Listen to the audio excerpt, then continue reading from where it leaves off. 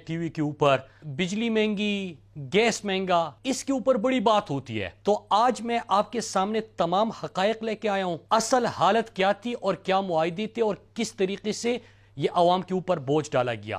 بجلی کے حوالے سے فائنینشل ٹائمز کی ایک رپورٹ جو کہ تحریک انصاف کی حکومت بنی ہے اگست 2018 میں یہ بات کر رہا ہوں 1 جولائی 2015 کہ اس وقت ایک رپورٹ شائع ہوتی ہے اور جس میں کیا کہا گیا ہے کہ یہ جو آئی پی پیز کے ساتھ اور بجلی کے معاہدے ہوئے ہیں یہ 20 کروڑ پاکستانیوں کے ساتھ غداری ہوئی ہے. یہ الفاظ استعمال کیے گئے. دوسرا یہاں پہ یہ بھی لکھا گیا کہ کس طرح یہ جو پولیٹیکل لیڈرشپ ہے اور مافیا کے ساتھ مل کے انہوں نے کرپشن اور پیسے بنانے کے لیے کس طرح پاکستان کا نصب آج بلکہ پاکستان کے کل کو بھی تاریک کرنے جا رہے ہیں. انہوں نے ہائیڈرو پاور کی بجائے یہ شفٹ کر گئے فرنس آئل وغیرہ کے اوپر اور اس سے کیا ہوا کہ ایک تو اس کی کنسٹرکشن کاسٹ بہت کم لیکن جو آئی پی پیز ہے اور مافیا ہے ان کو پروفٹ بہت زیادہ. 2015 تک کی میں بات کر رہا ہوں کہ $7.4 بلین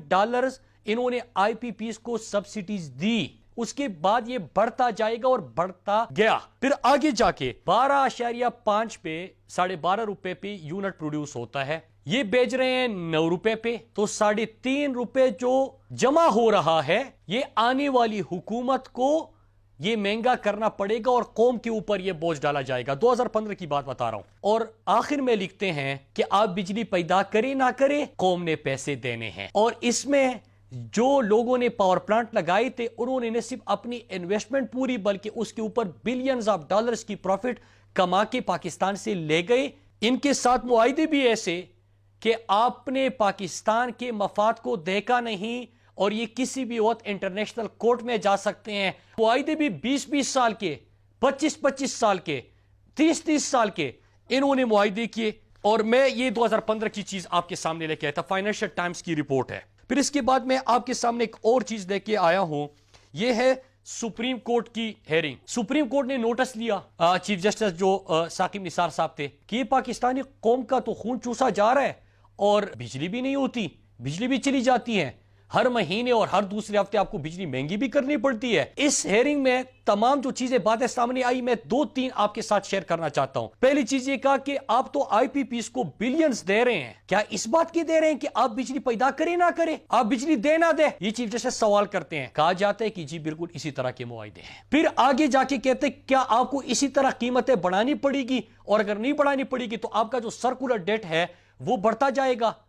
کہتے ہیں کہ بالکل یہ بھی اسی طرح ہے. پھر آگے یہ کہتے ہیں سپریم کورٹ یہ پاکستان اور پاکستانیوں کے گلے میں پھندے کے مترادف ہے جو انہوں نے معاہدے کیے ہیں. سینٹ کی سٹینڈنگ کمیٹی کی رپورٹ ہے جو کہ کہتے ہیں کہ آپ ذرا یہ بتائیں کہ آپ نے گارنٹیڈ ریٹ آف ریٹرن جو وعدہ کیا تھا آئی پی پیز کے ساتھ وہ 17% تھا، ان کو 40% سے زیادہ کا مل رہا ہے. نمبر 1. نمبر 2 کیا وجہ ہے کہ 1 میگا واٹ کوئی آئی پی پی پاور پلانٹ $0.5 ملین کا، کوئی $1 ملین کا، کوئی $1.5 ملین کا، کوئی $2 ملین کا بنا رہا ہے، اس کے پیسے پاکستانی قوم. پھر اس کے بعد اس میں یہ بھی کہا گیا کہ آپ نے جب اسحاق ڈار تھا انہوں نے جو بغیر آڈٹ کے آئی پی پیز کو 450 ارب سے زیادہ کی ادائیگیاں کی، اس کے اوپر بھی سوالات اٹھائے گئے.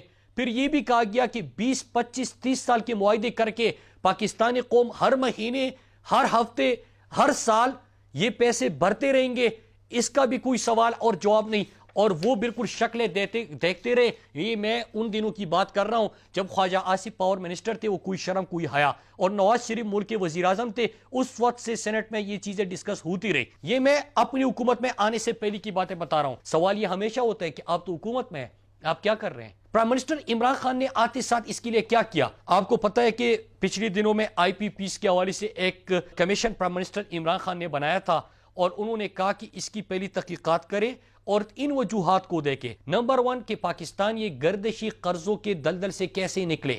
نمبر 2 کہ جو مہنگی بجلی ہے اور آپ کو بارہا اس کو مہنگا کرنا پڑتا ہے، قوم کو اس بوجھ سے کیسے نجات دلایا جائے اور اس کی کیا وجوہات ہے. نمبر 3 کہ دنیا میں کہیں پہ آپ نے یہ سنا ہے کہ دکان میں ایک چیز پڑی ہے، آپ وہ خریدے نہ خریدے، آپ کو پیسے پورے دینے دکاندار کو. آپ نے بجلی استعمال کیا نہ کیا، مطلب یہ کہ ایک بلب ایک پنکھا بھی آپ کے گھر میں لگا ہوا ہے، بجلی تو آپ کی ویسی مہنگی ہونی ہے، آپ استعمال کریں نہ کریں آپ نے اس کے پیسے دینے. کس کو؟ اس مافیا کو.